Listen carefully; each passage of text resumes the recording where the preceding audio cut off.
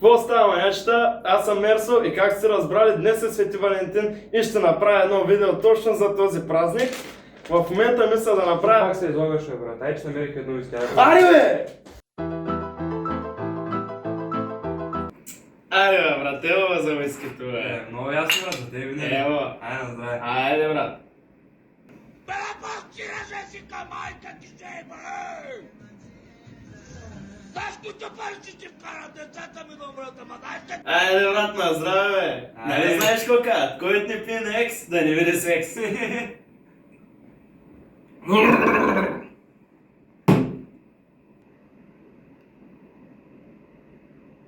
Правиш, бе, брат, нормален си, бе.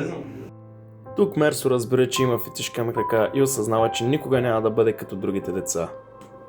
Си мисля, че съм нормален като другите. Айде, брат, удрай ме едно последно и те изпращам. Нали ли си? Да, бе.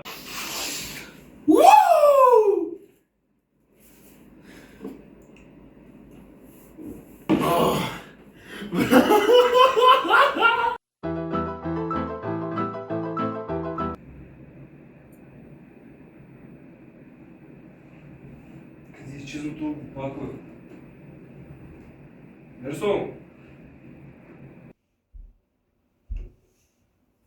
Аз сам се оставам, аз нещо се побърквам, май.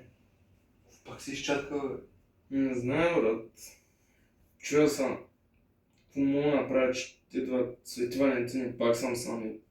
Много бърква всичко, ето и деца се чува. Не си ли пробвал сайта да запознанства? Да, бе, пробва веднъж си ипа майката. Връщаме се назад във времето, когато Мерсо пробва да си направи акаунт в сайт за познанства.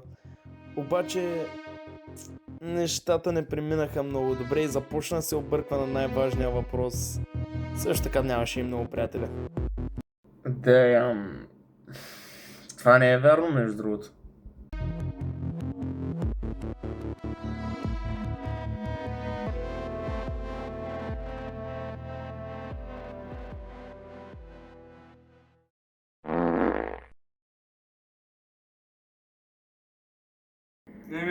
Добре, брат, що ми се получава с сайтовете за познанства? Имам една приятелка, където наскоро ми каза, че се търси половинка Свети Валентин и мисля, че много добре може да си пасите. Ако искаш, мога да я запозная. Имаш някаква снимка, хубава ли? Давай, сега ще си кажа една снимка, брат. Иба!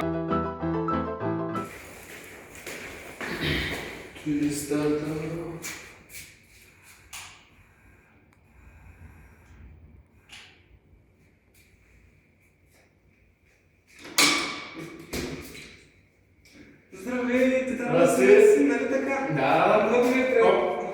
Извинявай. Няма, не. Ти нормален ли си, жено? След тази сконфузна случка, Мерсо започна да се чуди какво може да прави и как да не бъде сам на Свети Валентин.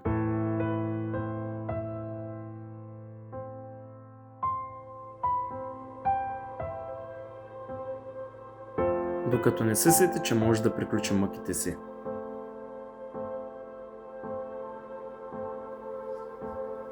Абе, пак го правиш, бе?